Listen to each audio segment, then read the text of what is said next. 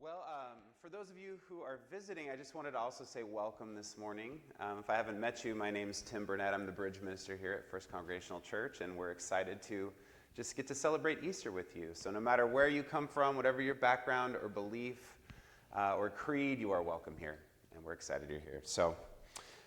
Our story from the Gospel of John this morning begins in a garden.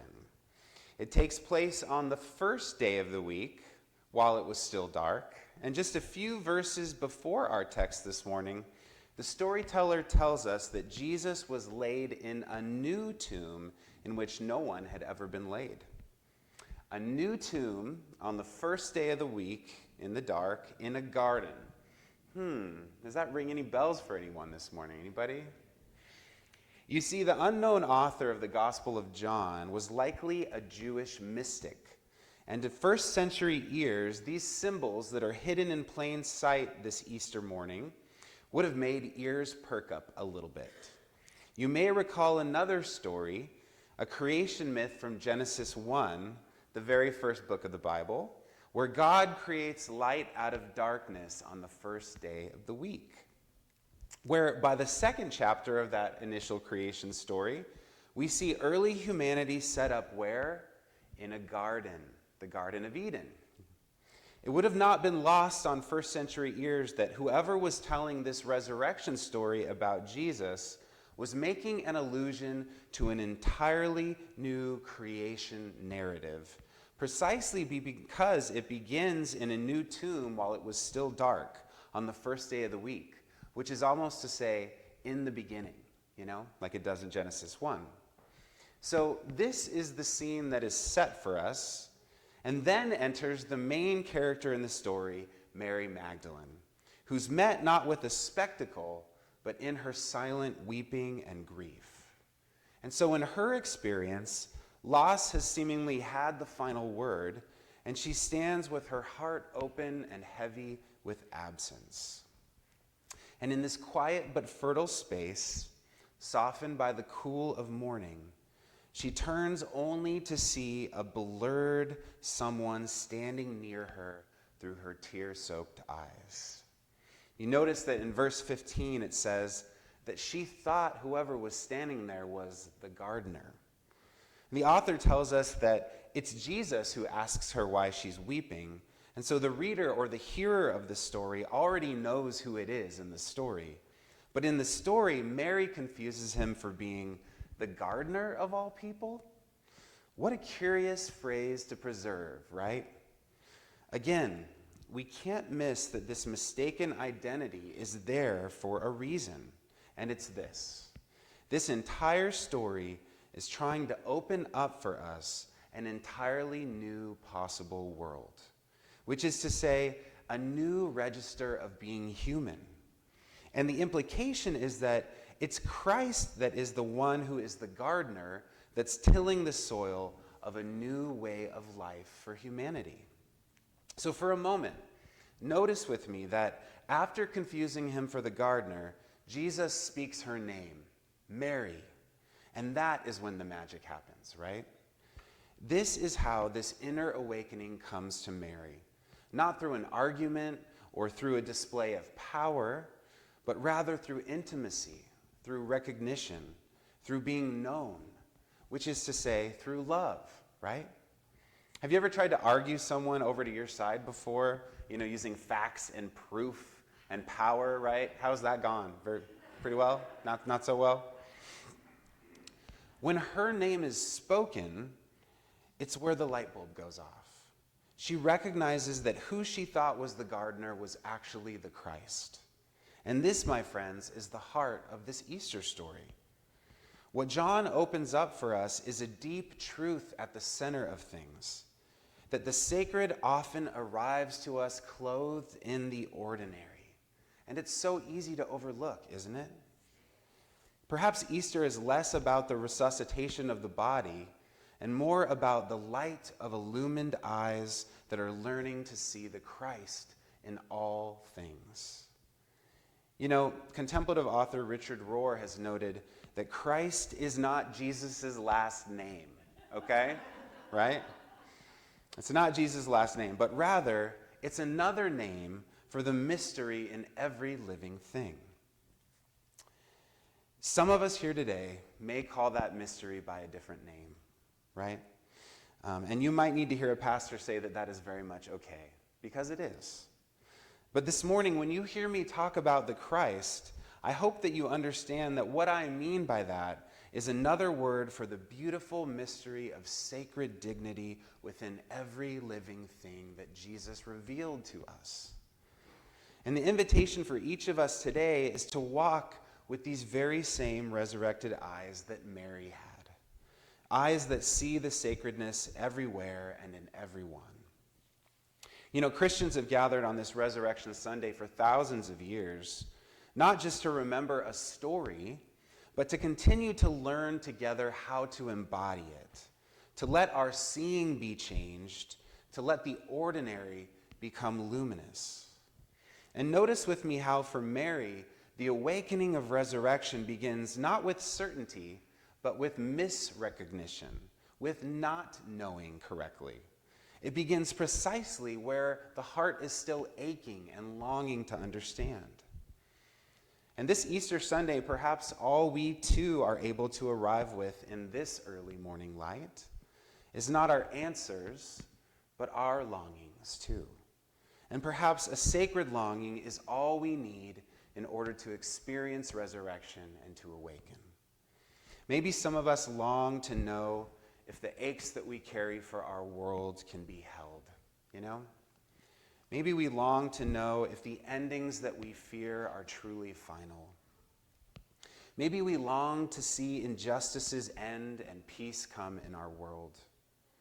Maybe we wonder if the symbols and stories of our own religious tradition, like Easter, still have legs in a 21st century world, you know? In all these longings, we must recognize that the mystery of resurrection does not always look how we expect it to. It's not bold or obvious. It doesn't demand belief, but it arrives in a whisper, in the gentle shift of our inner perception. It arrives as a presence that was always there, but perhaps only now is finally seen to be what it is. That love that is present within each of us. So the contemplative invitation of Easter is actually to notice that the sacred is not only within us, but that it also often hides in the everyday, not solely in the walls of the sanctuary, you know? It's also there in the unnoticed. It's there in what we overlook. The dew on the flower petals, the warmth of the rising sun on a tombstone, the rhythm of our own feet touching the earth, the kindness of a stranger's glance. Perhaps this mystery comes as a stillness that had been waiting beneath our frantic searching for truth, as breath rediscovered in the belly, as the aliveness that comes from the feeling of being called by your name. It's like finding our place in the family of things, as the poet Mary Oliver said. This Easter story reminds us that the sacred may be standing beside us in myriad forms, unnoticed, not because it is absent, but because perhaps our eyes have not yet adjusted to the light. So what if the point of these resurrection stories wasn't that it was about a singular event in the first century, but rather a statement about the moment of our own awakening to love and an invitation for us to awaken to love right now? This Easter, perhaps the invitation is not to worship something far off or to hear once again a story that happened a couple thousand years ago, but rather to awaken to what is already near, already within, already breathing in us. Again, this new world that is being born through resurrected eyes is one in which we can each see the Christ in all things. And here's why that matters for today, I think. You know, we continue to endure a time of societal fragmentation, do we not? Our country especially is one in which religious and political forces are polarizing us at every turn. There are divisions between the left and the right. There's divisions between the traditionalists and the progressives. There's division, between the urban and the rural folks, and those divisions are seemingly winning the day. It only takes one glance at our social feeds or our news to see that people are hurting from the division that we're experiencing. We all are, I think, on some level. So the awakening of resurrection not only challenges, but it changes or transforms how we see others. And not just those we love easily, but those we would rather resist loving. Those we fear, and especially those we struggle to understand. To awaken to Christ within, like Mary did in this story, is also to learn how to see Christ in those we would definitely rather ignore altogether, It's to hold the tension of love even where there is fracture and fragmentation. It's to resist reducing one another to our identities, to our roles, to our headlines, or our past harms, even when another sees the world in ways that threaten our own, when they vote differently, when they believe differently, when they interpret scripture or reality in ways that we find incomprehensible.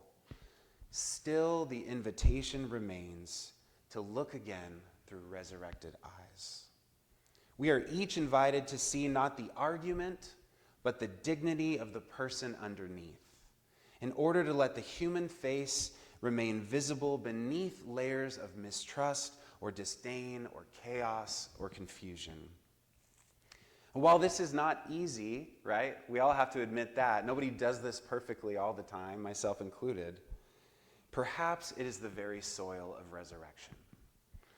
In disagreement and discomfort and even grief, we are each given the chance to practice true seeing, because resurrection begins when we make space for the complexity of both ourselves and others. When we stop trying to fix or save them or convert them over to our side, and instead start trying to see a little more clearly. So, when we choose compassion over defensiveness, when we forgive without needing to win, when we remember who we really are and who they really are, when we slow down enough to listen, and when we give a voice to the oppressed and the marginalized, Christ is risen yet again in us. We've got to remember that prayer of St. Teresa of Avila. Christ has no body now, but whose? Yours, right? No hands, no feet on earth, but yours and mine. Yours are the eyes through which Christ looks with compassion on the world. Yours are the feet with which Christ walks to do good. Yours are the hands through which Christ blesses all the world. Yours are the hands, yours are the feet, yours are the eyes, you are his body. Christ has no body now on earth but yours. Today, when we proclaim that Christ is risen indeed, it is not some creed, but rather a proclamation to go and live out resurrection, to usher in a new kind of world. So to live with this inner awakening is to see the world through transformed eyes, and to become Christ embodied in such a way that we each can walk in deeper compassion and justice. Let's not forget the vision from Isaiah's reading this morning, that this new world we're invited into is one in which the wolf and the lamb shall feed together. The lion and the ox will eat the same food, and there shall be no more sounds of weeping. Do you know what that means? It's a vision for a disarmed world. And how many times do we just come out with guns blazing? You know what I mean? Metaphorically speaking, This is a vision for the end of violence, the end of division. It's a vision where the sacredness of every living thing is upheld with the kind of tenderness and welcome and care that it deserves. It's a vision for the kind of world we all want to inhabit, where all are loved and included, and where there's equity and equality for each person, not just for the few. But it begins with us, because this is where resurrection lives, right here. For in being named by love, not for what we pretend to be, but for who we already are, simply as we are, with all of our flaws and our idiosyncrasies and our supposed failures still with us, just simply however we have arrived to this service today, we are the ones who must make God's dream of a new creation on earth come true. And so, let us remember today the vision of this garden. May you come to know the heart of love, that there is a new register of being human available to us when we have eyes to see the Christ, to see the divine mystery in everyone and in everything. Yes, even through our tears and our blurred visions, in our unknown futures and our deep longings. Things, this morning, may each of us come to know that this whole new world can burst forth right here and right now when we choose to live resurrection, which is simply to choose to live grounded in courageous and unflinching love and compassion.